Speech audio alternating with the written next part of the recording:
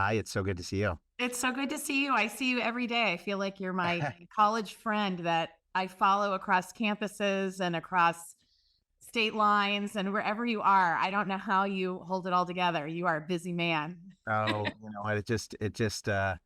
it looks that way. I think it is that way, but It is that way. I know, it keeps me, I need to be activated. It's Well, like, if I'm not activated, it's like, I need the next thing. well, you and your wife are quite a team. You have really the whole gamut covered from toddlerhood till, post collegiate. So, and you have one going to college, right? I do. One You know what? fine. I'm just assuming we're starting. I don't need Oh, to like a form. No, this is good. Just keep talking. So yeah, I have well, I always say I have a senior. I don't know if it's so hard for me to say I have a student going to college because he's always been a senior. Well, he hasn't always been a senior, but he's been a senior right. long enough. So yeah, we're getting ready for college now. Yeah, it's your turn. I mean, now that you've, got all of the tips of, I don't know what you're up to, 20,000, 50,000, however many you've shared with the world, now you get to put the hat on of being the parent and try to learn to follow some of those more of your own rules, maybe. I know. Well, you've done this, right? Like, how old are your kids? So my oldest is 26. He lives at a boarding school and coaches and teaches and is on his PhD now after two master's degrees. So I think he's going to be in a student and in a school setting for forever, probably. Uh-huh. So then I have one that just graduated college and moving to New York for his first job. Right. And then one that just finished his freshman year of college and so rising sophomore. And then I have a daughter who's a rising senior. So I'm on my last one, home stretch. Oh my gosh. Well, But you yeah, are. it's a journey, as you know, and it's very different when you're giving advice and talking about other people's kids than when you're also going through it with your parent hat on. And so oftentimes I really have to read my own book and follow your advice and get reminders from my own kids that this isn't what you're saying to everyone else. So practice what you preach. Yeah. I mean, you've been through it. I think this idea of talking about it and going through it. And I know in The Parent Compass, which is a wonderful book, and I highly recommend everybody check out The Parent Compass. Cindy has wonderful, wonderful books, and she is a really knowledgeable expert. And you can write about it, but there's writing about it, and then there's actually living it and being a Yeah. parent of four who really has kids who have navigated, just tremendous transition points in their lives.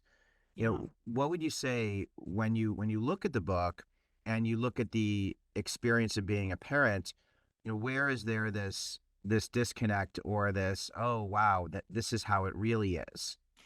That's a good question, Harlan. I feel like we are always learning no matter what we are trying to teach others. And I have been working with teenagers for my entire career since I was right out of college. I mean, I started as a tour guide in college. I think you were my tour guide too.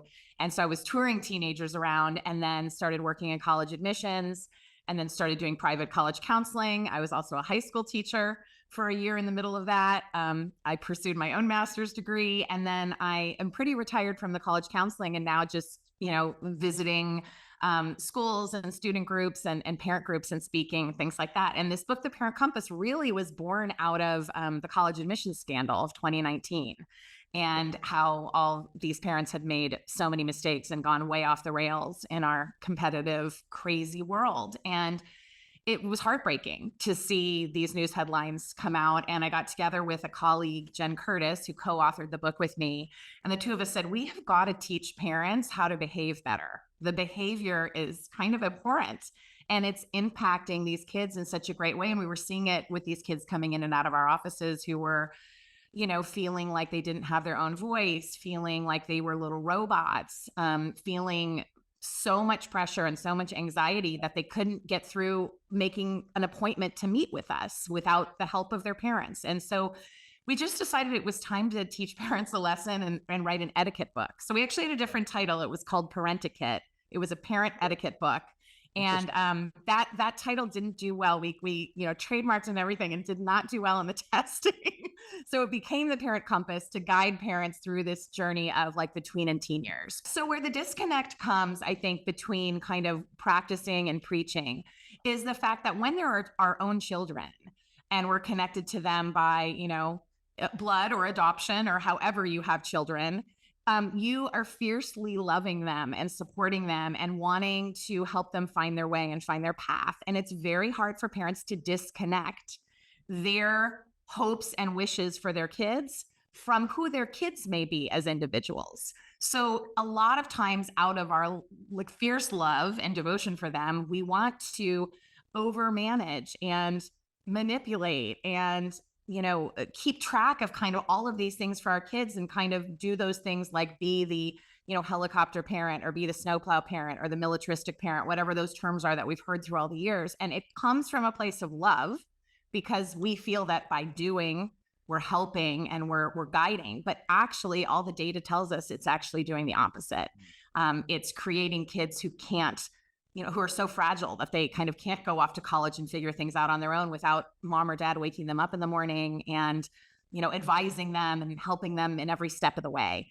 So if we don't start to kind of pull back and rein in our own biases and our own desire to almost vicariously live through our kids and view our kids as our trophies or some extension of us, then we are doing our kids a huge disservice. So the Parent Compass basically scoured the data of all the experts out there, including ourselves and the microcosm of kids that we'd worked with over 20 years each, working in college counseling, and the hundreds of kids we'd worked with through the years, and tried to sort of pull together the best information we could to remind parents that here's some things you can put in your toolbox that really will be helpful. And there's nothing revolutionary, not to talk down the book in any way, but there's nothing revolutionary that we're saying that might not have been said before, except I really think the fact that we have become too involved and overcommitted in the lives of our kids. And so it's this sense of needing to pull back. And that's really hard to do. It's just hard to do. Well, having 4 does help, Right. because you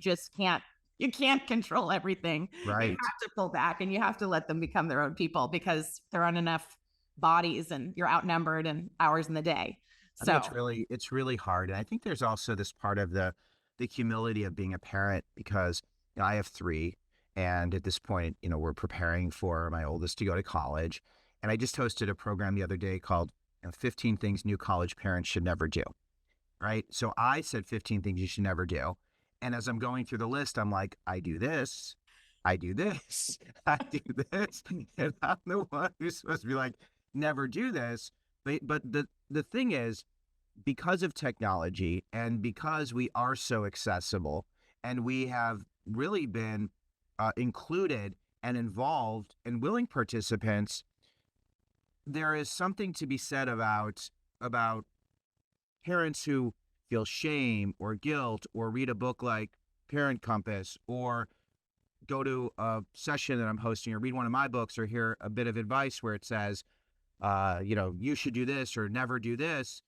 I think it's that we are dealing with unprecedented challenges, because in the history of civilization, of the history of human beings, there has never been more connection points and more accessibility between parents and kids, which means I think everybody, regardless of who we are, can just stop and take inventory and think, you know, am I really helping? And I think that's where, even I am reluctant. I have this hang up about telling parents what to do, because like you said, the love part of this.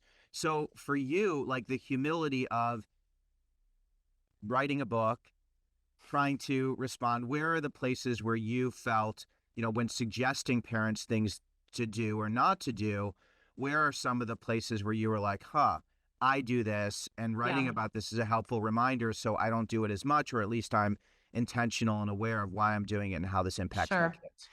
Well, I would say one of the biggest things I learned in writing the Parent Compass, I learned from my co-author, Jen, who has a background in social work. And my background is in kind of educational consulting and kind of the academic side and guiding kids through school and through writing college essays and through kind of the nuts and bolts of being a student. But Jen also had this really nice kind of psychology background that she brought to the page that, we were able to kind of share with our readers. And as you know, you and I, Harlan, we're talkers. We've got a lot to say, Yeah. and it is very difficult sometimes to button our lips and just learn how to listen better. And so one thing that, I learned a lot sort of from Jen and from the counseling side of things is the, tell me more. What would you like to do about that? What are your thoughts on it? Instead of jumping in with all of our advice and all of our ways we think we can help fix things for our kids. And that restraint is pretty hard when you're an extrovert and when you feel like, of course, we know the answers because we're older and we're wiser and we've been through it. But if our kids don't figure out the answers, then how are they ever going to have, self-advocacy skills, self-reliance, confidence that they can navigate things without you right there? And so we have a whole chapter dedicated to asking good questions and how to listen. And we make it super easy. We scoured the best question askers in the world, and we put, about 50 or so of our favorite questions to ask kids that are really open-ended in order to get them talking and get them to open up. Oftentimes these work well in the car or when social media is put down during snack or a family meal, or when you get your kid in that right moment. But one of the best things I think we created was the parent and teen survey. It's pretty short, and we tested it on hundreds and hundreds of parents and kids. And we've been told actually by both sides that it's been really a useful tool. And so I did it myself with each of my kids. And here's how you do it. You sit down with your kid at a good moment when you're probably feeding them something yummy. And you say, can I just get 5 minutes of your time because I want to learn to be a better parent. And I think you can help me. And suddenly your teenager looks at you with this quizzical, they stop, they put down whatever they're doing and say, wait, you want to be a better parent and you think I can help you? And you're seeking advice from them on how you can do your job better. And at the same time, you're opening up new lines of communication. You're kind of bringing yourself to a vulnerable place where you're more at their level instead of being the boss of them. And a lot of kids respond really well. So there's a questionnaire that parents fill out for themselves that allows us to kind of look back on our own baggage, on our own biases, on the way we were raised, on the way we were parented, and how we can sort of fix ourselves before we can help be a good parent to our own kids who have, different needs than we may have had. So we have a parent questionnaire, but we have this teen questionnaire, and you ask your teen, hey, can you just answer these questions either out loud to me or just kind of jot down the answers on your phone, and we can talk about them for 5 or 10 minutes. And I'm not going to give you all the questions right now because I want people to read about them in the book. And anyone who gets the audiobook, I always send them copies of the questions because they say I don't have the hard copy of the questions. But the idea really is to open up a dialogue so that your teen can give you feedback on how you're doing as a parent and how you can be a more effective communicator with them. One way I learned this was when I went to some back to school nights for my own kids, for their high schools and their middle schools. I thought it was fascinating to walk across a wall. You may have seen one like this before, Harlan, of Post-its written by kids of things they wish their parents knew. They were asked the question like the day before back to school night, jot down something you wish your parents knew about you and keep it anonymous. And when you read those responses from the kids, they were heartbreaking, many of them. They were so honest and raw of kids saying, I wish my parents knew how hard I am working, or I wish my parents knew how much more sleep I need, or I wish my parents knew that I'm anxious to go to school every single day, or whatever these things were. And I thought, why can't our kids tell us these things? Why do they feel afraid to share that? So let's give them a tool to do that. So that was sort of a communication piece that we added to the book that I think is kind of different and unique and something that I sort of try to practice myself. You also probably know Kelly Corrigan, she's a parenting writer, but she's more of like a nonfiction writer, but she writes, lots of books about, kind of raising her kids, but in anecdotal ways. And she has a book called Tell Me More. And that term, tell me more, of just when your kid's ready to share anything with you, to just have them tell you more. Getting it out of them is kind of, I think, a better way to go. And it gives them pride in the fact that they're helping solve their own problems and they're helping communicate better with you. Yeah, that's great. Yeah, that's great. The Knowing Yourself Parent Questionnaire. So in the book, there are 12 questions. And I think just answering these questions, even privately, just obviously just having that moment to just self-assess, and then knowing yourself teen questionnaires. And, it's like, I am so honest in terms of like, if like, it has to be the right time with your kid. And there's kids of all ages, but like, I know with my kid, I want to ask them one question. Hey, do you have 5 minutes? Can I sit down with you? And it's like, I can just imagine my son laughing at me. It has to be the right time. But I think there's also ways to weave this in. And they're great questions. Like if you're on a road trip, and I think it's really helpful if you're going shopping, go to the store that's furthest away so that you have more time in the car and you can ask Yeah. these questions. And then for parents who are like, this is uncomfortable or awkward, I'm always a big fan of blame it on me. Blame it on, you heard Cindy, you saw this in a book, and it's kind of like, it might seem a little awkward, but you just want to try it. So could you just indulge me? And, I do that all the time, Harlan, all the time. I even tell my own kids when they're in an environment where they're feeling uncomfortable or they feel like they don't know what to do, just, text me and I'll make that phone call, or just blame it on, yeah, my mom, I don't know. I tell kids, if you're in an awkward situation with drugs and alcohol at a party, just say, my mom drug tests me every week, or whatever you want to say. Blame everything on right. your parent, because teens want to blame the things on us, and that's okay. I'd rather be the one that, helps them out of something by blaming Yeah, on me. right. And So for parents, it's great, blame it on me. I think that's where one of the things with the tips that I offer, and the topics, it's like, hey, I heard Harlan say this, and in this yeah, context, in this book, I heard Cindy say this, and even when it comes to the questions in this communicating with your teen, and there's a list of the questions I actually, what is it, dog-eared this page? aw, Um, yeah, I love these. I love the questions, but I like the idea for parents who are like, my kids are never going to do this. Why don't you like take the page and be like, hey, these are some of the questions. Which one of these do you think is a good question? yeah, And which one of these is a question you'd want to answer? So I like this idea of pulling back the curtain, kind of like in The Wizard of Oz. And, it's parents, like, we know what's going on, but when we create the illusion that our kids are in control, and I do this a lot, and I'm sure you do this in your tutoring and in the counseling of students. I'll ask the question, are you open to me, sharing this, or are you okay with me asking this? And that question of, are you okay? Most likely I'm probably going to share it anyway. But at least when you're I getting ask permission. you, right, I'm getting permission to share something I'm going to share anyway. Or Yeah, sometimes I won't. I've been getting better at restraining myself and understanding it's a timing issue. And sometimes it's not the right time for my kid. They're yeah, not they're not able to receive. And I think that's also a really big piece is there are certain times of day and there are certain moments yeah, where your kid is more open to receiving. right.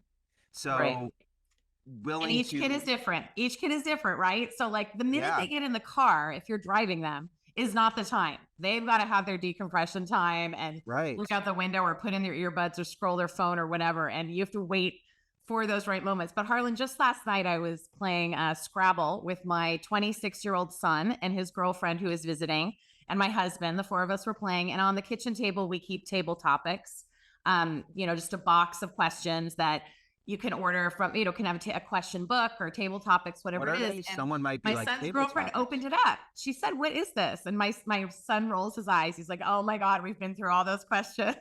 She goes, "Well, what are they? What are they?" She got curious, and it was hilarious because even as young adults, it was opening up just conversations What and was the dialogues. question? Sorry. What was the question? Oh, one of the questions was, this was kind of an interesting, one was like a little bit about politics, which was kind of like Right. heated during Okay. what's going on in our world right now. But another one just had to do with, something like, if you could choose a superpower, which one would it be? Something very open. They were all very open-ended kinds of She answered it? questions. This one there was an odd one that said, would you rather have your parents stay married unhappily or have a divorce and be happy? And we thought that was kind of a weird question to ask your kids. What But do you on the other hand, it's certainly a way to talk about family dynamics and what do you kind of think? What do you think of what's that going. question? What do you think the answer is? That Put you on one, the spot.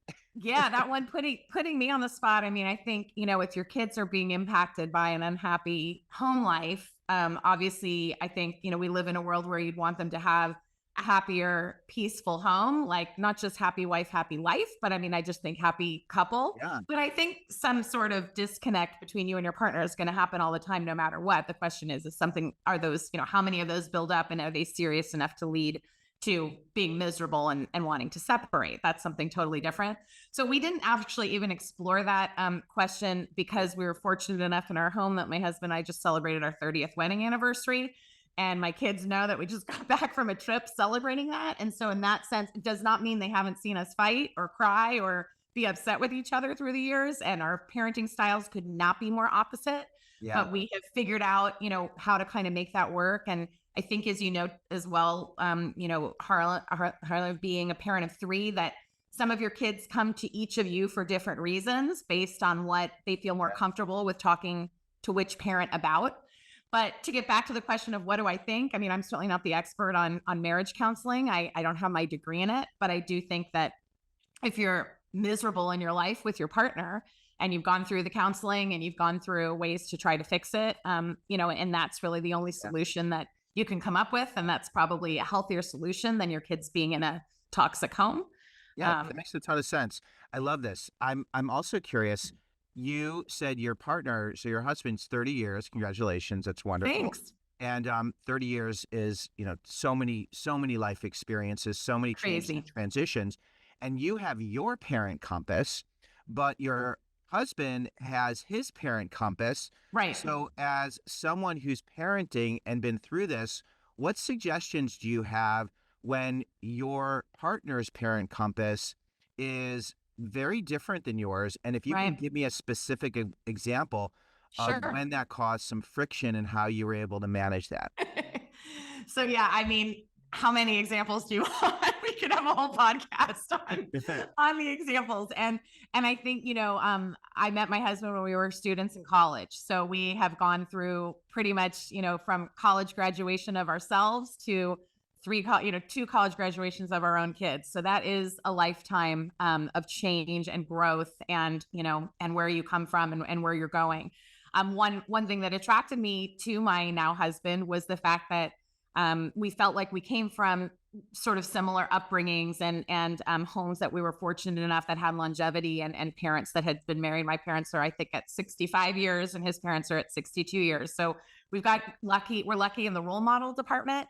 And it seemed like that was something we both wanted, but no, it's not easy to get, right? Because you throw children and jobs and just life into the equation and life happens and it's happening around you. So our parenting styles are extremely different. I am much more reactive. I'm much more emotional. I have a much shorter fuse.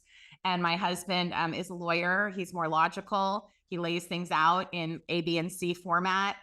He's very steady, very stable, like I'm the balloon and he's the rock. And so in those ways, I think it really benefited our marriage. But when it came to figuring out our parenting styles, it was very challenging. And I mean, the example started when our kids were very little, when I wanted them to, bring a jacket with them to the soccer game and the sun was out. But it was important to me that they had a jacket for when the sun went down. And that became a silly argument of bring the jacket. Do you bring the jacket? Are you going to have them put on the jacket? And I think to myself now, like, why did I care so much about the jacket? Like, all they needed to do was get really cold one night and then they would bring the jacket the next time.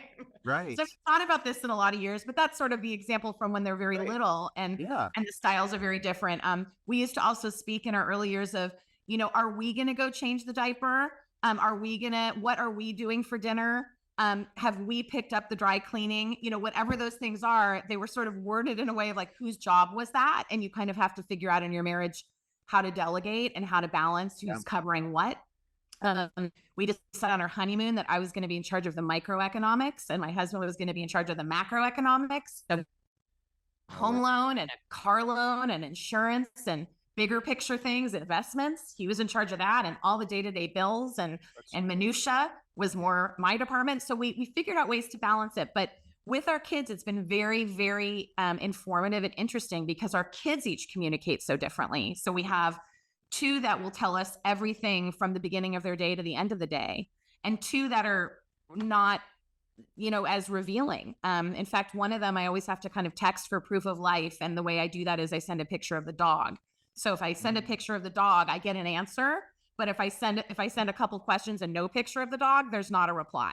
So it's sort of figuring out the ways to connect. But as young adults, I think with our kids and the way we parented, we've our differences have come more now as we're figuring out what do we do as our kids become young adults, as they become responsible for more of their own expenses and their living choices and their choices of girlfriends and, different things that they're figuring out in their lives, what career path each of them are going to take. So I think that's been kind of maybe our newer challenge, is helping them know, having them know we're here, but making sure that each of them is happy in their own lane.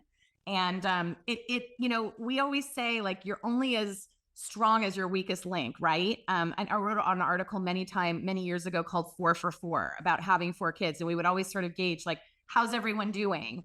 And are you ever 4 for 4? Are all 4 of them? Is there ever a moment of total, I wouldn't call it bliss, but just equilibrium, where nobody really needs you and everyone's kind of okay in their lane? And then suddenly a shoe drops and one needs you. So you're 3 for 4. And then another one has an issue arise and you're 2 for 4. And then, when you're 0 for 4, you can't sleep at night. You're crying on the pillow. Right. So I You're think reactive. you figure out a rhythm together over time, and you still figure it out. I mean, I think we're just still, you're only as good as, in some ways, your oldest kid, but even your next kid will surprise you with things you're not prepared for. My youngest has been so challenging in ways that I thought, oh, I'm so well equipped. I've already raised 3 kids, and now I'm raising a different gender and with different issues that I never experienced before with her older brothers. So I don't know, Harlan, what's your magic answer to that? How do you guys, deal with the balance?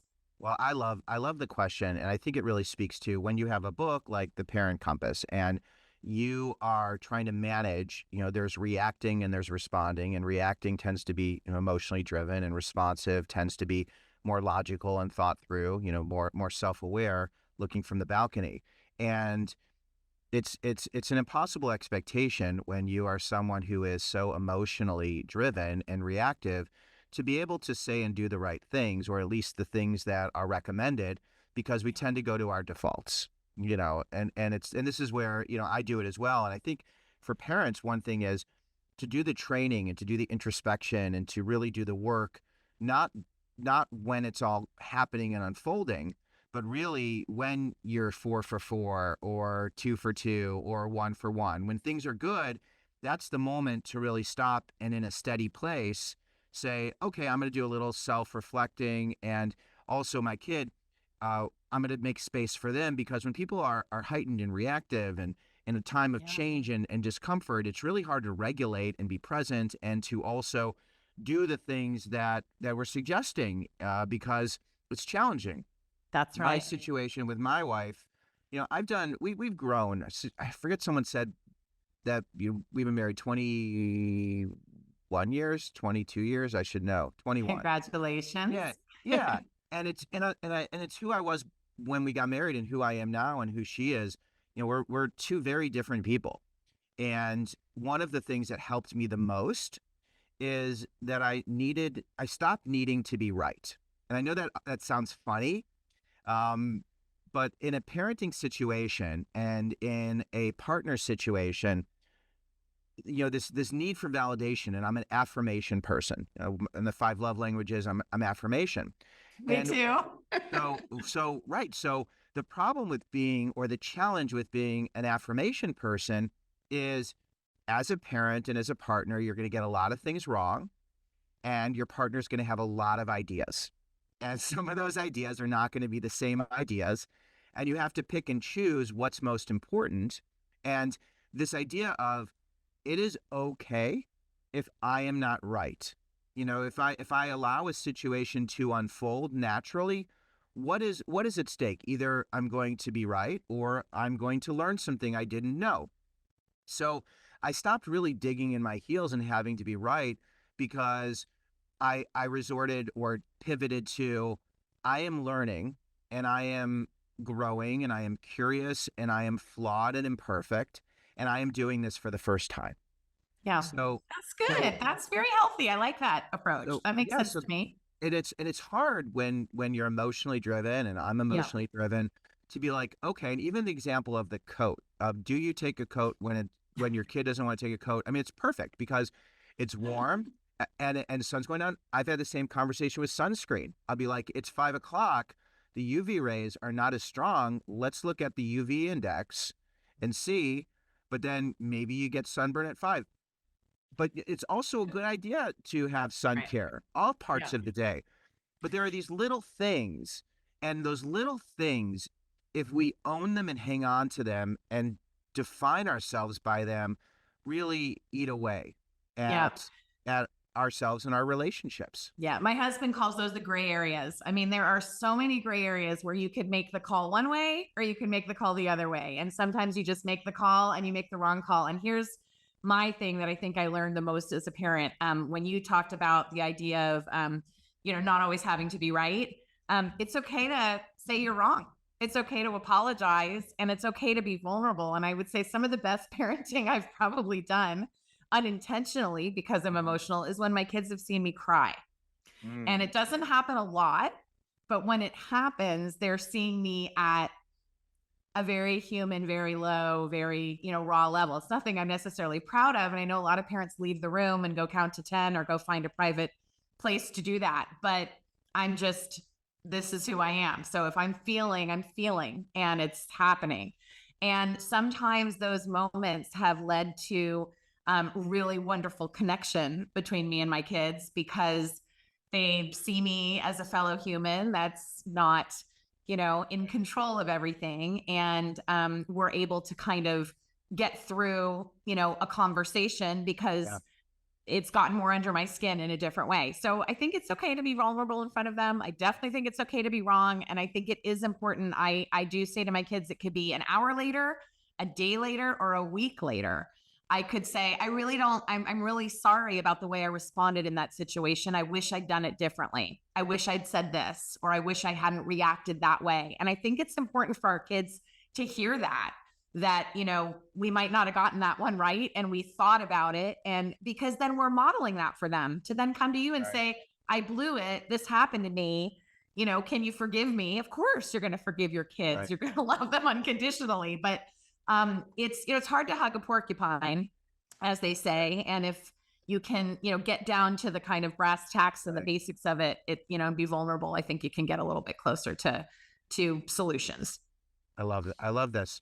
I'm taking notes because I didn't want to forget, because I forget a lot of times. So it's a way for me to remember. And Nice. what you were saying made me think of the question when I do something wrong and I get it wrong. And the thing is, one time I got it wrong and my son's like, "You're the parent, you're supposed to know." And I said, "I am, but this is the first time I've parented someone who's going through this, or, I'm sorry, but I'm Right. learning this too. And I will say the wrong things, or I'll say the thing that they didn't want me to say. And then once everybody cools down, the conversation, and this is where it's so beautiful. If there's conflict, and I don't like conflict, I really try to avoid it. And it's inevitable that it happens. And but then there's that part of talking about it and then asking your kid the question, what response did you want? Yeah. Because I just think it's so powerful. And again, it's this, I'm giving you agency, and Yeah. I'm not necessarily right. In fact, I'm learning. So then it's that question, when you said this or you did this, what response did you want? And what would you expect? What would have been a better one? Right. And sometimes it's no response at all. It's just a listen or a hug or silence to let them, Yeah. keep getting it out. Or it's, do you want to talk about it together and maybe see if we can solve it together? Or what do what do you want to do about that kind of for the next time? But I like all these things. I'm right there with you, Harlan, on all of it. And I do think that, look, this parenting gig that we all, the minute they hand you that baby at the hospital without the instruction manual, we are all trying to figure this out as best we can. And there's a chapter in the book where I talk about, kind of some of my technology addictions and how my daughter had to kind of break me of that when I was on the computer and on the phone and on my, laptop, and just, had too many distractions going. And she had to actually peel me off of the computer and kind of hold my hands and say, "Mom, I need to talk to you," and like pull away. I Yeah. was kind of deep in the vortex, and it was such a kind of teachable moment for me from my own child. And she came home from school a few weeks later. They'd done an activity in middle school. This is years ago, where they logged how much time kids had spent on their social media. You can set it Yeah. all up on your phone. And she said, Mom, let's look at yours. And she said, you always say Yeah. it's for your book and you always say it's for your work. She's like, but look at how much time. And she helped me set timers and this and that. Wow. So That's amazing. we can learn a lot from these kids along the way. And I do think that, we can honestly tell them that, yes, we don't have all the answers and we're all doing just the best that we can. And they'll probably be all on therapy couches many years reflecting back on all the mistakes we made too, if they're not on them already, which I encourage families to have Yeah. therapy because I think it's a great resource. You don't just have to have anxiety or depression or be diagnosed with something to have an outside person to talk to about things that you're going through, whether it's you as a parent or whether it's your teen. I do love that we live in a world that focuses so much on mental health and that cares so much about the mental health of teens. And I was thinking with the Olympics, kind of in full swing about Simone Biles and her last Olympics and how brave she was to kind of come forth, when these kind of role models that are public figures are talking to us. Sarah Bareilles, the famous singer, about their own mental health challenges. It's really destigmatized this whole world, I think, in a really wonderful way. That when I go on college tours now, I don't know about you, Harlan, but I've been going on all these college tours with my daughter, and I actually love when the college tour splits up the parents from the kids because they have parent tours and kid tours. I think that's really great. And when I went with my daughter, we would go on separate tours. We just would do it ourselves so that I wasn't in the group with her, either potentially embarrassing her or asking a question that I wanted to ask that she didn't want to ask. And then we would compare notes at the end. And it was a really healthy way for us to visit campuses. But several of the tour guides on campus, I think almost every one of them, always pointed out the mental health support offered on campus, but oftentimes talked about how they use the mental health support on campus very transparently, like as if here's one activity. I go here to see like this therapist once a week. And then I go here to go to the gym and I go here to eat. Yeah. And it was just part of a very open conversation, which I thought was so refreshing and healthy. That's so interesting it's so interesting that you went on different tours, because when we went on tours with my son, I was in the group and I stayed. Oh no. I stayed back. The thing is, I pulled back, and we have a really wonderful relationship where I'm not asking questions, or he doesn't get embarrassed by me. Like, he really doesn't. Like, he actually has, and with my other kids, who knows what that will be, but going on the tours independent of each other and then meeting back up, that kind of makes me a little sad in a sense, because I want to see what he's responding to or see the same things. And how did you decide to do it that way? Well, it's interesting. So first of all, my three older boys had very more direct, different experiences with their college journeys. All three of them happened to be athletes in three different sports.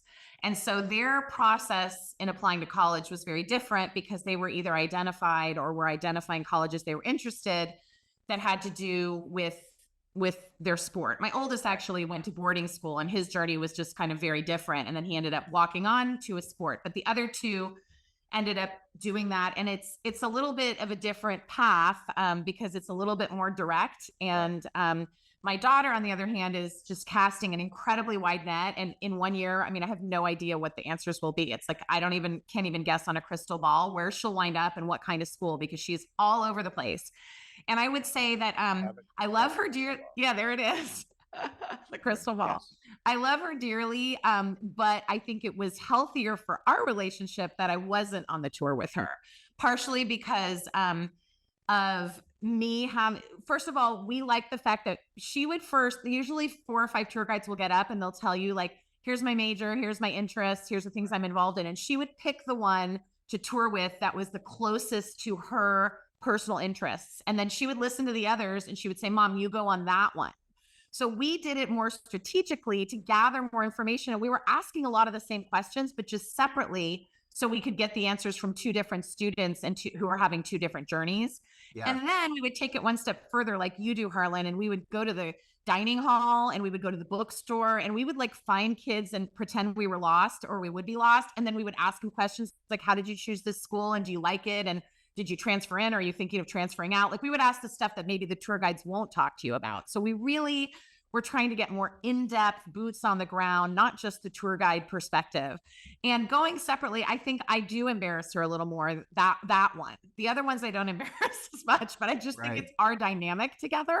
So it was Right. kind of healthier. And when my husband was on the trips with us, he would go with her and I would still go on the separate tour. And I didn't feel banished. I actually enjoyed it because it allowed me to sort of listen to what the other parents asked, listen to what the other kids asked, and then figure out what was missing that I still wanted to know. And sometimes I would talk to the tour guide between places where it wasn't even public, like we're walking from the dining hall to the classroom and no one's asking her anything. So I would just sort of walk with her and ask her the question I wanted to ask her. So it was like, I thought it was fascinating. I never did those kind of tours with my older boys because it was just a bit of a more direct line to where they were going. Those are really interesting strategies, and I love that your husband went with her because of the dynamics were different. But you enjoyed that doing it on your own. And then for anyone who's going on a campus tour, one of the best hacks, and you touched on it, is the conversation between going from point A to point B to point C and walking towards the front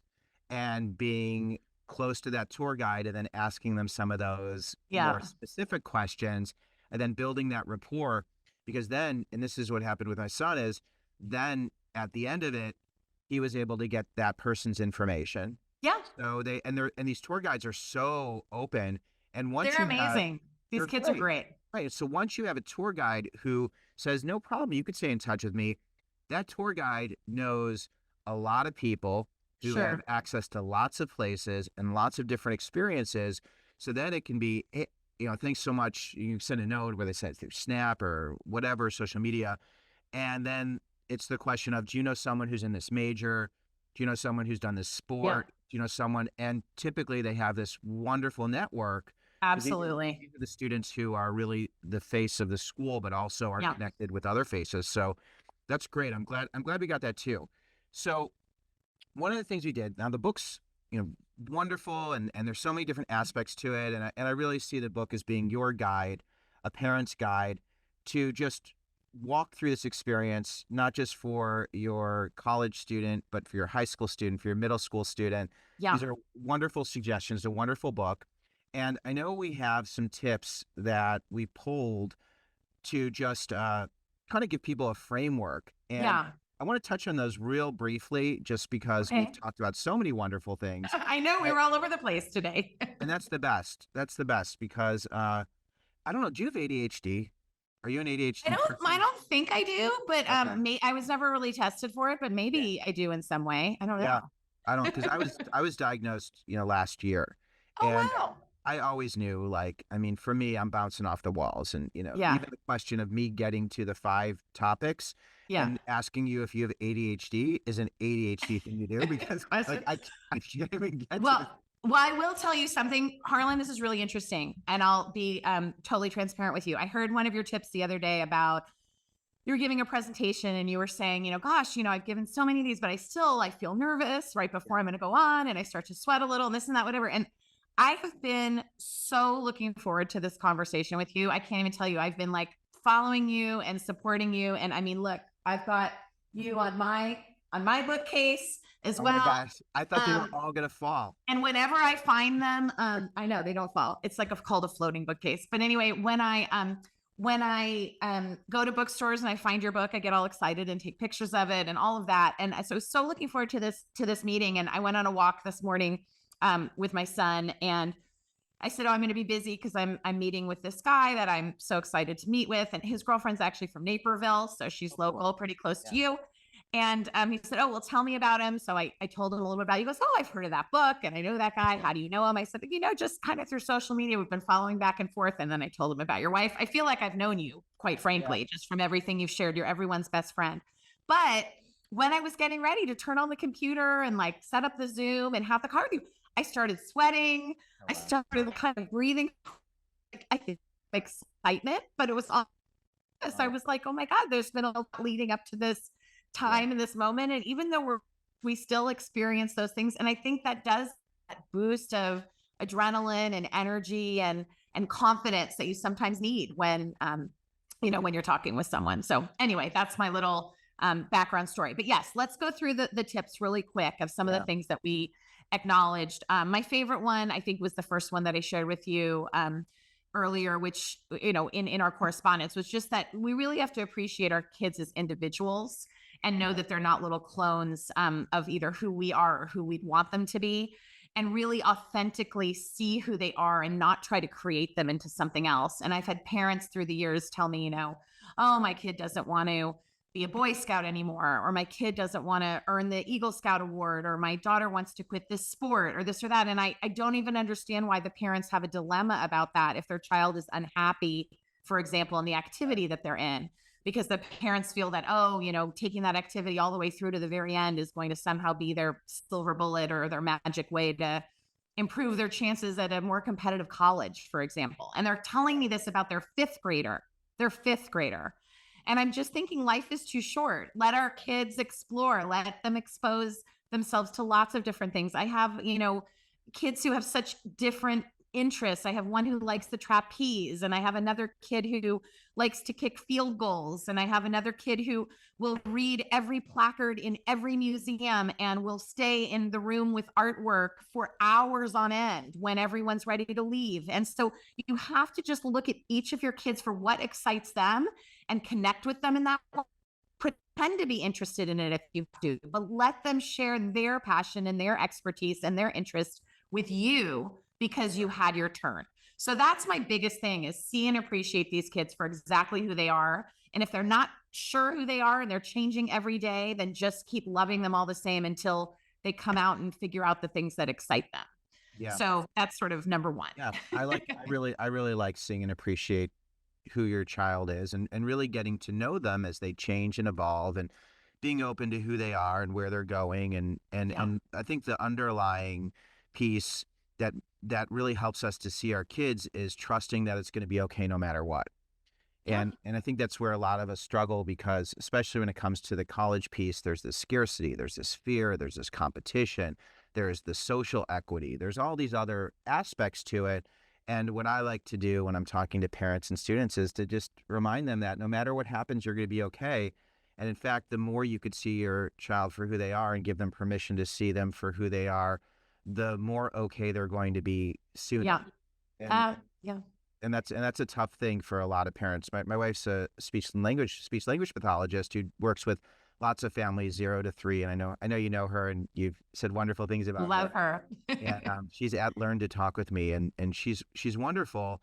And the thing that I love so much about her is she works with parents in the earliest stages of their parenting, and it's a lot of parents who uh, thought they were going to have one experience, but they have a child who has different needs that were not the needs that they were told they would need. And it's that parent really having to make that shift and love that child for everything they are. And that can be that's a tricky part throughout our lives. So practicing that, and I think it goes hand in hand. And we mentioned therapy, is for me, one of the things I love about going to therapy is I have really learned to love myself for who I am. And I mentioned this before with my wife, how always, I used to want to be right. And it's been, Cindy, this has been the coolest thing. This whole idea of like, I can be wrong and flawed, and I don't have to hide it. And the more I can be okay with that, the less I need to control other people and other things. It's Yeah, like, that's very liberating.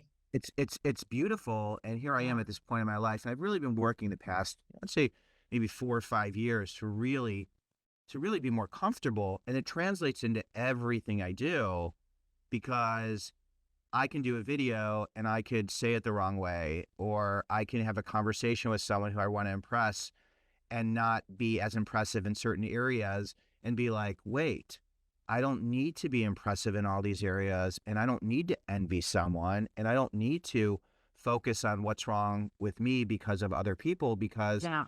I am who I am, and that's a beautiful thing. So Well, comparison is the thief of joy, they tell Yeah. us. And the one thing we really focused on as parents, because I've learned from like a generation ahead of me, and what my upbringing was, is how crucial it is to not compare our kids in any way to one another.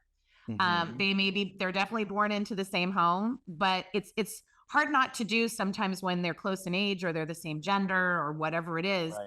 But they are each such unique individuals, and my first two boys could not have more opposite like personalities and approaches to the way, or even interests in a lot of ways, and they are best friends. And it's just amazing because we really made a point of trying not to compare one to another, but to really like authentically. I think we did a good job of that. I'll Yeah. pat ourselves on the back, a good job of that kind of as parents. But to switch to like a kind of more difficult thing is that I think it's really important to also have conversations with our kids about uncomfortable topics, because parents are afraid to talk about, drugs, sex, partying, bad grades, body issues, whatever those things are. And the less you kind of stigmatize that and the more open you are with that, like, without getting too private or too too public about what goes on under our own roof. But, some families are really comfortable even like, I don't know, like when I was a kid, my mom would take a bath and I'd like sit by the bath and we'd have a conversation. Like that's not, I'm not trying to be too revealing, but it was just more like it wasn't an issue. It wasn't like I lived in a nudist colony. It was just like, oh, I was going to find my mom. She was in the bath and I'd like sit on the step stool and we'd have a talk. And I'm not saying, oh, I invite all my kids into the shower with me. But what I am saying is, I want my kids to feel like if they want to have a conversation about something, anything is on the table. So, I have sons who will like, lift up their shirt and be like, what's this thing on me? And I'm looking at whatever it is. And if it's something that has to do with a male body part, I'll be like, you might want to show your dad, but if not, we'll go to the doctor. Like, I don't want anyone to feel uncomfortable Right. about something. And so I think the more that we can even bring things up, and I always say a great way to do that is to give your own examples. And even if they're not true, to say, this happened to me when I was little, or I remember, wetting my pants in kindergarten or whatever the thing was. Why not You the not tell them the true? story so that they can relate to you. Right. I know it's like it's the not true part, and I have this thing where I know you don't you don't have to you can make it up, but it's almost like you don't even need to. Here's the thing about that with that is I feel like if I'm not being honest in all aspects, they're going to find that piece that will come out. And I don't even need to make it up because I could say I read something or I heard something or I watched something Sure. that resonated. I don't mean to like grab onto that No, one no, thing, that's okay. but That's fine. it's like a small thing of then when I say that, I also think, well, when it comes to drugs and alcohol and choices you've made or we make over the years, how honest can we be? And at certain points in our lives, we can be less revealing based on that because it's not an all or nothing type of situation. Right. But it's Right. just for me, it's like the honest thing is it's it's it's it's like it's one of those areas. So I again, Yeah. I don't want to like grab onto it. No, It's just no, it's fine. It's funny because when you talk about drugs and alcohol, for example, which isn't what our conversation is about, but so my husband and I don't drink. We don't, not for religious reasons, not for, we just don't really like the taste of it. And it's never been something we yeah, do. So when we went on our 30th anniversary trip and we arrived at the hotel, there's a big bottle of champagne, like in each room we got to, wishing us a happy anniversary. And I would have to ask, do you think they could just bring us some Gatorades or like a couple Coca-Colas because right, we don't drink? And some people don't drink for religious reasons or for, rehabilitation reasons or yeah, whatever it is. And it's really funny because our kids just haven't been around that because it hasn't been something. I'm not saying that, oh, we don't do drugs either. I mean, we don't do drugs or smoke either. So it's not saying you have to be around it. You could be around it with teenage friends at school or this or that. But right, we've had a lot of conversations in our house about alcohol. And it's been so fascinating and interesting because our kids have asked us, well, did you drink in college? And I said, we did drink a little bit in college. It was kind of more a social thing. It was kind of yeah, more, like a made you more comfortable. But I said I would usually be holding the same cup the whole time and didn't, right, or if I did, it was something like a slushy that like had something in it that made it taste more like a slushy than the actual taste of the alcohol or whatever it was.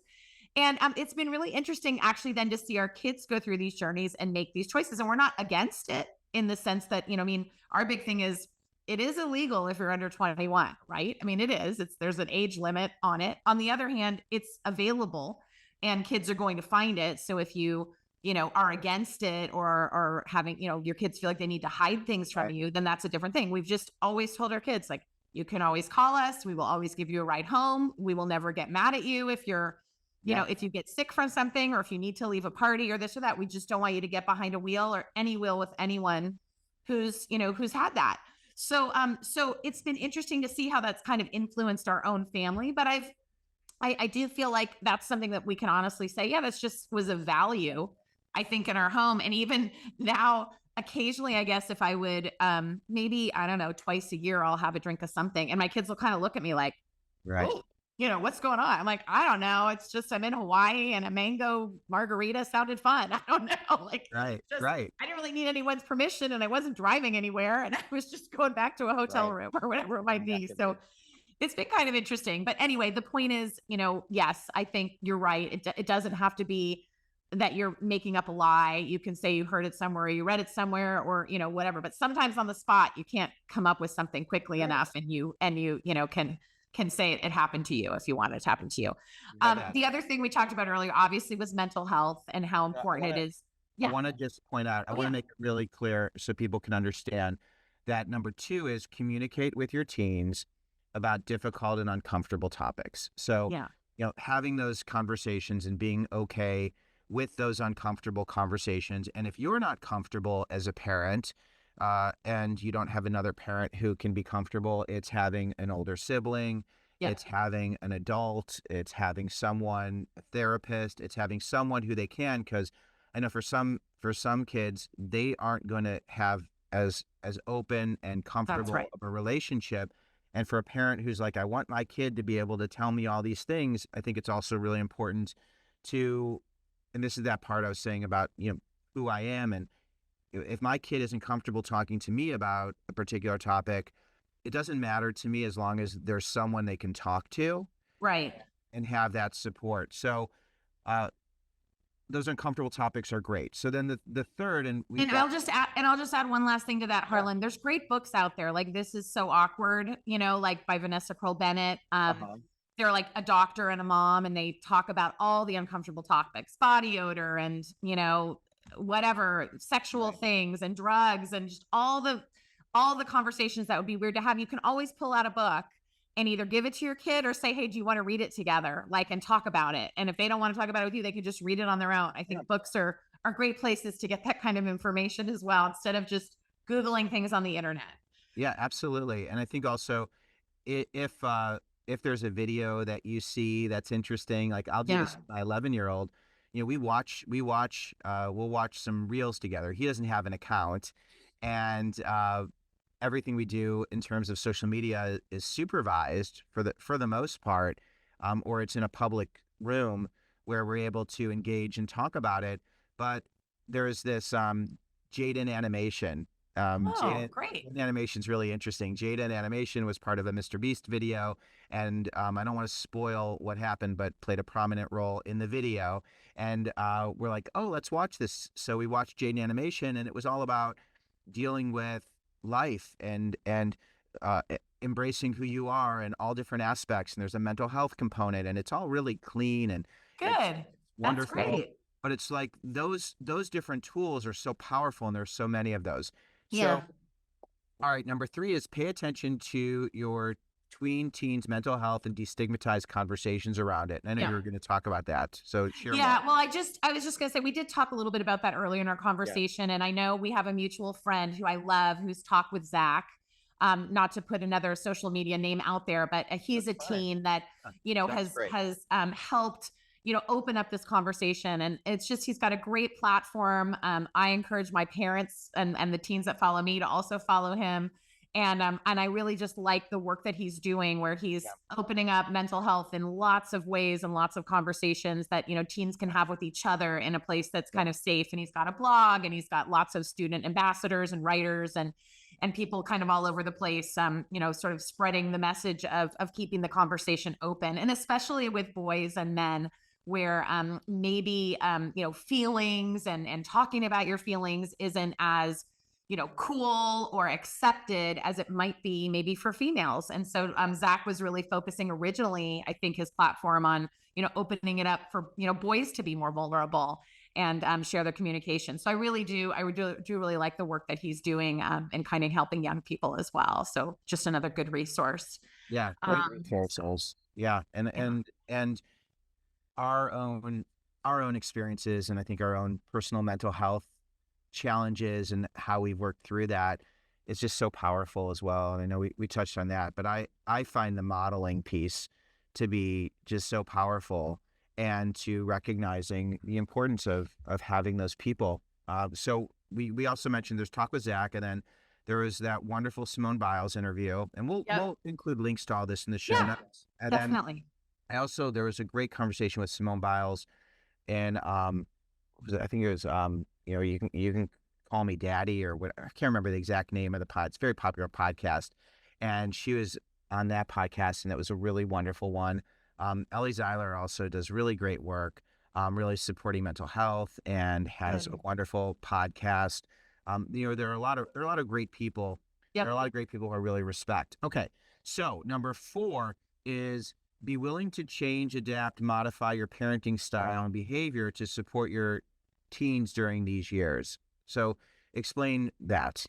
Well, I just think that, the teenage years, these kids can wake up every day and kind of be a different person based on, how their hormones are raging, and based on how their relationships are at school, from one day to the next, because friendships and relationships change very quickly. And sometimes, social hierarchies move around and things like that. And so I think there's so many ups and downs during these years. And I feel like we need to be sensitive to the fact that, we're the safest space, honestly, for our kids to be the meanest. So sometimes we get the brunt of, them unleashing what they've been holding in all day on us. I typically call that the dump.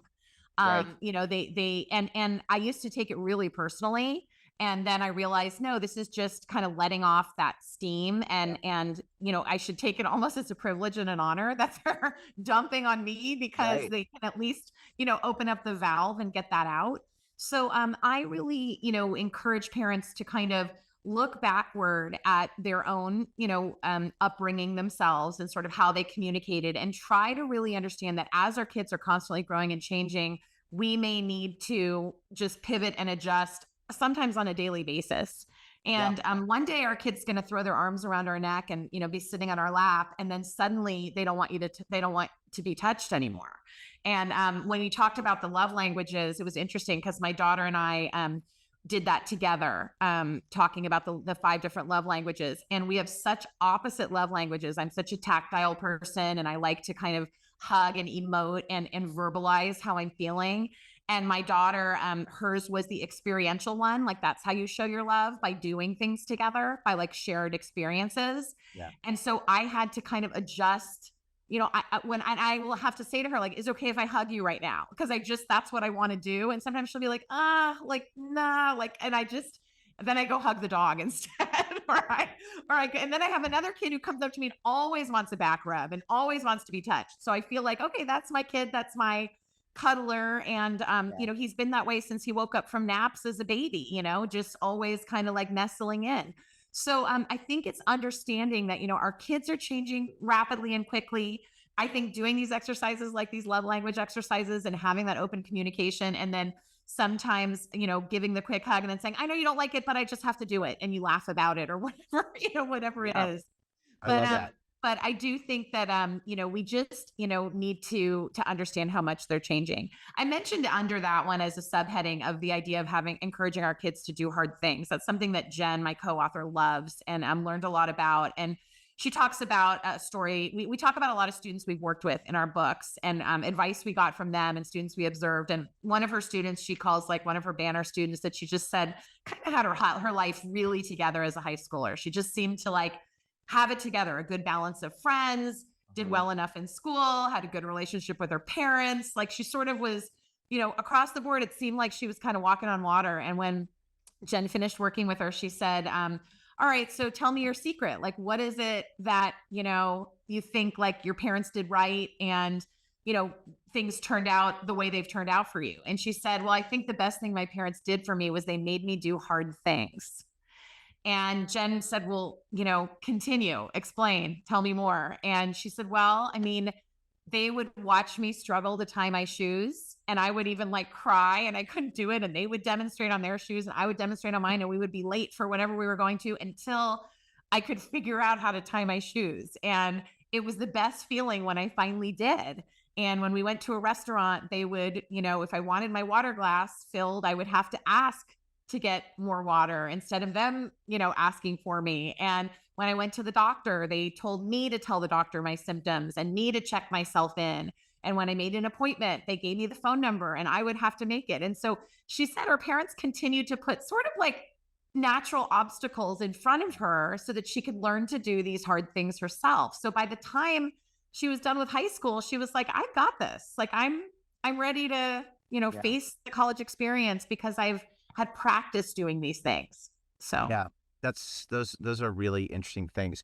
One of my problems, Cindy, is I'm so honest in what I think, and I love those examples. And I think, and there's things that I do with my kids and encourage them to do hard things. But then I think of all the neurodivergent children. And I think of yes. those kids who write to me who have social anxiety and have a lot of obstacles Yeah. that are making it difficult to do those hard things. So those hard things become almost impossible things. Right. So I think it's also really healthy as a parent. So if a parent's like, "Oh, I didn't do those things," and my kid couldn't do those things, it's that piece of, well, you meet your kid where they are, and you love them Yes. for who they are. And for that Absolutely. particular kid, Yeah. doing those hard things was within their range of cognitive function, or Yes. whatever that is, which is so interesting, because I think more and more, and I really gravitate towards this because I was never a kid that fit in the box. I was always the square peg trying to get in the round hole, and the people around me were these round pegs, and I was like, what is wrong with me? The neurodivergent kid in terms of the ADHD, and it's like it's such an interesting path because there's so many different types of kids. And so then it's the doing hard things that your kid can do. and Right. and if it's too hard, and this goes to me of like the parent who has a kid who's going to college and they want them to meet friends, to make friends, to leave their room. And there's two, and I'm going to do a lot on this year, is there are some kids that actually shouldn't leave their room as much. Like maybe they need to not leave their room and observe for 6 weeks or 8 weeks. And they're unhappy. And the parent's like, well, you're not meeting people, which is a hard thing to do. But Right. maybe for that kid, it's not that they're not doing hard things, or are not capable of doing hard things. It's that that hard thing might have to wait a little while. And this Yeah. is where it's like all I'm doing is confusing everybody. But it's like, but it's that piece of, Right. and I've been toying with this more of like, okay, there's this, you go to college and I say, find your people, find your places. Your places are where you sweat, play, pray, live, learn, lead, love, and work. And then I have these students who say, I wish that I had done more my first year or my first semester. And there's this part of like, okay, well, this is your first semester and this is overwhelming. Yeah. And if you have some social anxiety, if there are some challenges you've faced this year, especially, we have a group of students who went through COVID, going from 8th to ninth grade. Their transition, their pivot point could also be connected to trauma, Yeah. and a lot of issues that they may not even be aware of that might bubble to the surface. So that Yeah. part of, No, I and I'm agree on not all. pushing I'm not No, pushing no, back no. on the hard things. Right. It's I'm also just just knowing your kid too, obviously. So when Yeah, neurodiversity or learning challenges or whatever it might be, you're not going to be pushing as hard in those areas because your kids might need more support in some of those areas. So it's obviously definitely kind of knowing your kid. And also, anxiety and depression could be another, right. another thing that you're kind of tiptoeing around and trying to work through together. I mean, there's just certain things, if your kids in therapy for depression or they're, medicated or whatever it might be, you're going to parent a little bit differently and a little more sensitively or tenderly, probably knowing that they're working through things to self improve and find their footing and find Yeah, balance again. I mean, I think we're talking more about in kind of a general way. But yes, I totally agree with you on that. And I'll tell you, I'll tell you, my first semester of college, I was a high achiever kid in high school. I, got the good grades and I did the activities and I knew how to navigate and all that stuff. And when I became a college counselor, I was so nervous about how am I going to work with kids that aren't the high achievers. And what I found was I way preferred to work with like the kids at the middle or the lower end because they had so much more growth that could happen. And they didn't even understand what the high achiever kids were doing, that the way they were wired to do that, which was why I focused a lot on teaching study skills and teaching time management and teaching kids how to be students more than just, that there are ways that you can be a student and be more successful as a student at your own like sort of level. But when I went away to college and I got to a college filled with Olympiads, Olympic athletes, and other really, really high achieving kids, I forgot how to write a 5-paragraph essay. Yeah. I was so overwhelmed. I cried so much. I had my first English writing assignment to write a 5-paragraph essay and I melted. And I had written dozens of them through high school, but it was like all of that fear and anxiety just completely crippled me. And I was going to the study center and I was calling my older sister for help. And I was like, how can I not even write a thesis? I was so overwhelmed. And I was the person that was social and could get involved, but it happens to everybody in some way. That transition from high school to college is a big jump. I don't care how ready you feel. There's been a buildup leading to it, and it's big, which is why other routes, we have a whole chapter in our last book about alternate routes, about kids who take gap years, about the military, about internships, about language immersions, other ways. It's not for everybody, this big jump to college, community colleges and technology schools and trade school. There's so many different ways now that kids, we were just talking to my daughter about this too, saying, a gap year might be a good idea too. Like it might be what we choose or she chooses in the end.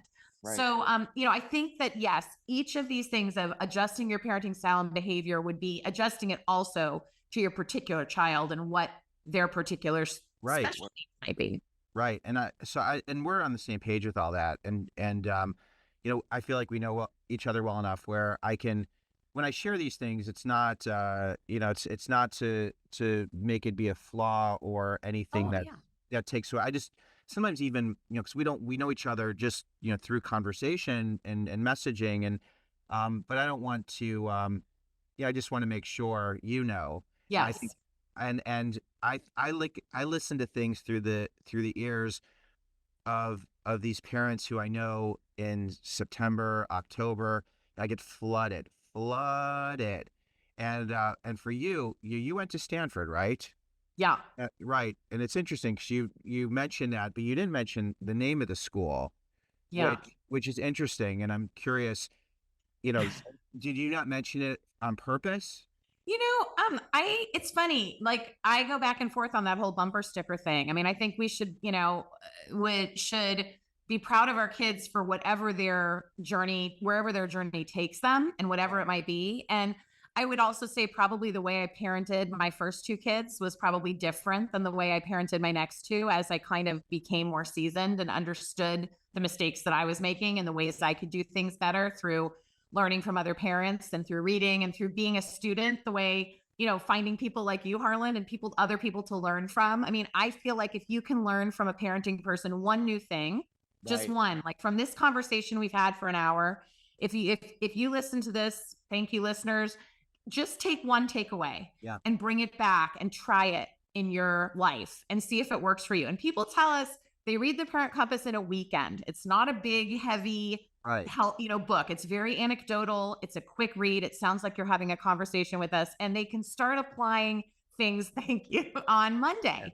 And parents have said like, oh my gosh, I am so glad like you talked to us about the fact that my daughter said she wanted to try wrestling. And she suddenly found something that I thought wrestling was like, how could a girl want to do wrestling? And it's been a total game changer for her. And suddenly she's found a thing or whatever it might be. Right. So I don't know. The reason I don't really talk about it is that I don't think it's completely relevant where you go. It's more important, like what you do while you're there. And that's what the data tells us from Challenge Success, which is an organization I love. And they've done a great white paper on it that it's really what you do while you're in college that's way more important than the name of the school. And years ago, you probably remember the book Harvard Schmarvard, which I loved. The author had gone to Harvard, and after a year was totally disenchanted and switched to Occidental. And not that there's anything shabby about Occidental at all, but switched to a place that just was such a better fit. And so, yes, there's fit, and you don't always make the right choice the first time wherever you land, but every college in the country, I mean, there are over 4,000 of them. They are full service. They offer all the same majors. Some offer, more specific majors, or technology schools or art schools. But the reality is they all exist out there, and every community college is a great place to get started, to save money, to get general eds out of the way, to stay close to home if you need to, work part-time, whatever it might be. So there's so many different journeys. And I just think we live in a world now where, you can see through the news in the last year, like the names of these schools don't necessarily connote to happy kids, to Right. kids who are well-adjusted or even well-educated for that matter, with all of the craziness going on campuses, which is a whole nother conversation that you and I have shared a little bit in. But the point Yeah. is that, I think, we just need to celebrate and embrace wherever our kids wind up. And wear whatever sweatshirt it might be proudly, as long as it makes our kids happy. Yeah. It's interesting having graduated from a school that's like one of the most selective in terms of just, statistics, and reinforcing the idea that where you go is not the most important. It's what you do. And I've got a podcast with John Pryor coming out where he was the lead on a lead researcher on the Purdue Gallup survey that Denise used for Challenge Success, and Nice. Danny Wallace used in Never Enough. And it really is not about where you go. And I think that people hear certain names and they get excited, and they feel like that's going to provide a better future or sense of security. But now we live in a world where there are so many paths, Yeah. and it's almost a distraction. It was just interesting because I didn't go to a highly selective school. I went to University of Wisconsin in Madison, which is a great school, and at the time it's become even more For some reason, selective. I thought you were an Indiana guy. I love that. I love I universities. Well, then I transferred to You Indiana. transferred. Yeah, Yeah, because because Dara yeah, Levan, yeah. because we have a mutual friend. Oh, that's great. Yeah, and then I think from IU, Dara, but you know, I was always like around that 3.0 range, and because of gym and art, I really think I hit the 3.0. I was very lucky in music, and and it's interesting because the state education and going to a school that's has a higher acceptance rate, it's become almost a badge of honor in some ways, and because it shows different paths. But I think each of us show those paths and have those paths, and it doesn't matter. Like, it's so not important. I could care less with my kids where they go to school. Yeah. I don't care. I zero care Some of because my closest adult friends have gone to colleges that I had not heard of. Who I think are the right, neatest, most interesting. Like, I mean that genuinely. Like, I think about it as adults. Like, yes, we live in this world of. I mean, it all started in the '80s. We know, with like the college branding and the PR, right, firms that colleges were hiring to kind of, and the U.S. News and World Report, and all those things that were sort of creating this master list of where you thought you could find the most happiness. And it just turned everything backwards. It really skewed things so much and made it become this kind of competition almost yeah, to be on this magic list. And I agree with you, Harlan. I think that, look, my niece was like 4 point, higher than 4 point high school student, super involved, incredible musician, could pick up any instrument and play it. And really had her choice of like anywhere almost could be her oyster to go to college. And she picked Sonoma State because they had the best bass guitar professor, instructor, and a wonderful music department yeah, that she was seeking. And then she got there and she did that for a while. And then she decided she wanted to maybe become a veterinarian. And so she went a different route in studying, some pre-vet sciences. And now she works in human relations. But the point is that she chose what was the right fit for her at the time. And I totally admire that. And let me tell you, the grandparents are just as happy to wear the Stanford sweatshirts as they should be, to wear the Sonoma State sweatshirt. So I just Right. think that, there's a lot of places that a lot of kids could be happy. This is not, whatever, a prize to be won. It's a match to be made. So, anyway. Absolutely. Yeah, I love that. And I'm going to be doing a lot to support students and parents who are earlier in this process, because also the money factor, the value, I think we're in a really critical point in just in terms of higher ed, where really assessing what the value is, Yeah. and can you get as much value through other pathways?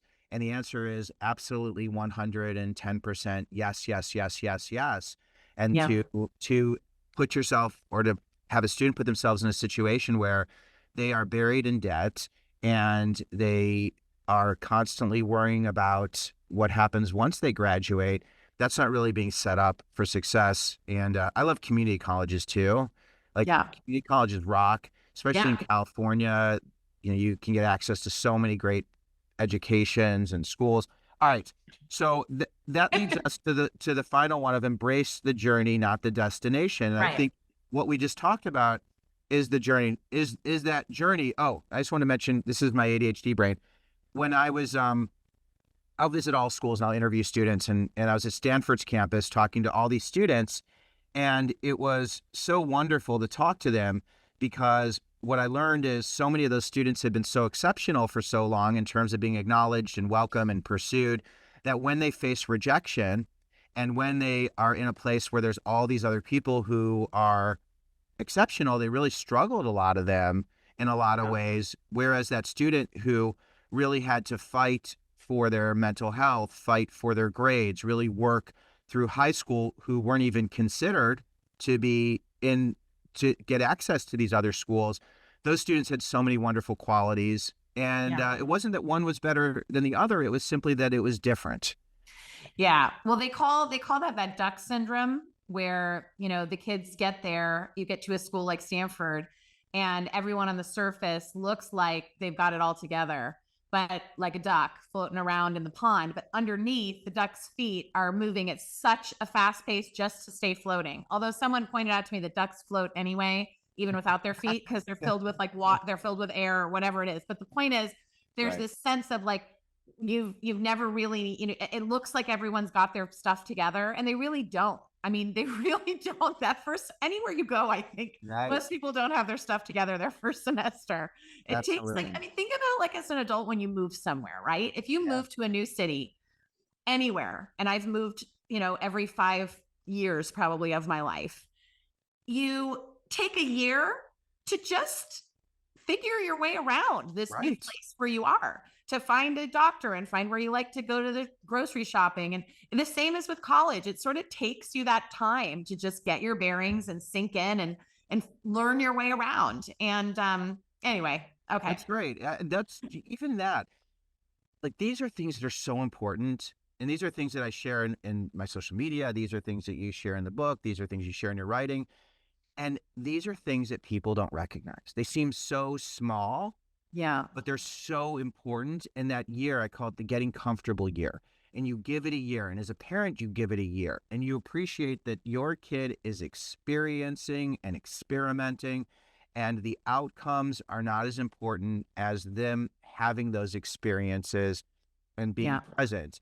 And the more we are pushing them and prodding them, the more of a distraction we become, and Absolutely. pull them away from the experience because they're worried about mom or dad or whoever it is. It's selfish. It's selfish of us because we take it away, you Yeah. know? I don't even think we realize it. It's so hard to not, but you saying this, me sharing this, it just reinforces that Yeah. idea that it is. And it's embracing the journey. And the last part was embracing the journey, not the destination, which I think we've done a really good job talking about Yeah. throughout our conversation. Well, and that one, it gets a little confusing because there is this destination, right? Like they're trying to get somewhere. Yeah. And so people are often like, oh, we're not seeing the forest or seeing the trees and not the forest, whatever it is, that like how people get confused that, well, the destination's college or life after high school, whatever that looks like.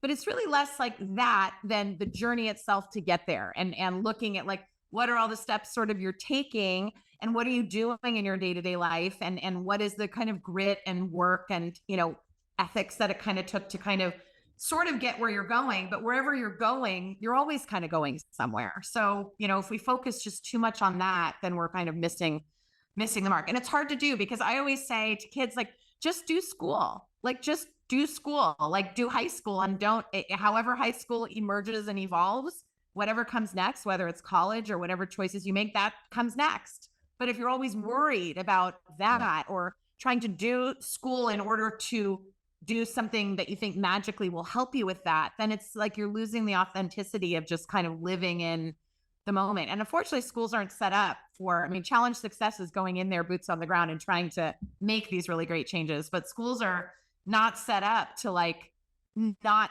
guide and gear and direct towards that. So that can get really hard.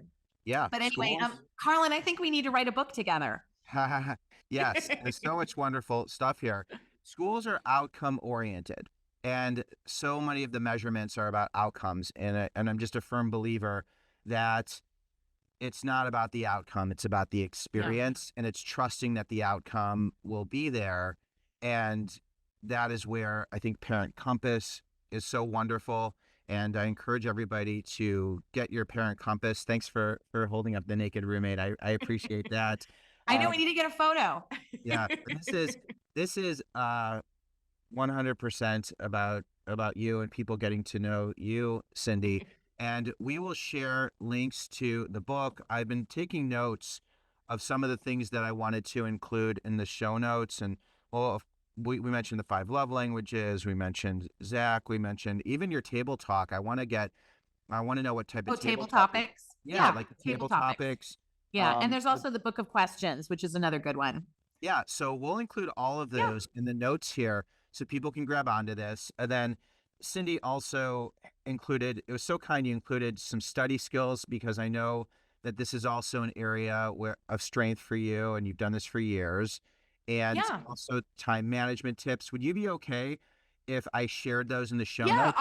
I can send you PDFs of those if you want, or like links, and you can just attach them to the bottom. But I have like sort of top 10 study skills, top 10 college essay writing. Like, I've written a lot of books like you. And so those are the areas I'm the most passionate about. And the parenting, everyone kept saying, are you ever writing a parenting book? And I said, I just know my 4 kids and the students I've counseled. I'm no expert. And they said, but you know a lot. So why don't you get together and pull a lot of information together? And getting together with Jen really helped too. And we just decided the time was right. But my real passion lies in helping students feel good in their skin, feeling seen, feeling appreciated, knowing that, they have an adult in their corner. And I know you do that too so well. That's, one of the things I admire the most about you is that, you're out there talking to students, checking the pulse of our nation, and and trying to just help kids get through these transitional years. Yeah. Well, you have great tools, and I'll include those so people understand. Sure. You wear many hats and are an expert in several areas. So we'll make sure that people can grab those, and perhaps during the year I'll pull some of these and highlight them, or do something where I can share it, or just get it out there. For anybody who wants to find you and learn more about you, Cindy, and and your co-author, Jen, what is the best way for people to find you? The best way, I don't have as huge a platform as you do, but please follow @Parent Compass. That's the best place to start. It's just @Parent Compass on Instagram. And then we're also at The Parent Compass on Facebook. And we have a website, parentcompassbook.com. And then I have a website that has more information on kind of me and all of the other books and things I'm involved in. That's just my name, CynthiaMuchnick.com. It's kind of a mouthful, but it's also available. Or if you just Google The Parent Compass, it'll bring you to our website and, and where to find it. But, we are big fans. I'm so grateful for the time we had together. I hope that I get to meet you in real life, in Illinois. My son's going to the Lollapalooza, I don't know, something August 1st, 2nd, and 3rd, some kind of outdoor concerts you're having in Chicago. He's on his way there in about a week, but I won't be there. But I'm hoping I'll have a chance to meet you, or we'll go on a double date with you and your wife sometime. That would be fun. I'm sure that will happen, and that would be wonderful. And if you find your way to California again, like when you were at Stanford, I wasn't far. If I'd known you were there, I would have just shot over and and giving you a hug. I'll let you, I will let you know. And I really appreciate you've always been very supportive. And I'm grateful that we could finally have the Me opportunity to too. visit and also share just these wonderful resources that I know so many families will appreciate. So, Cindy, thanks Thank for being you. here. Thank you so much.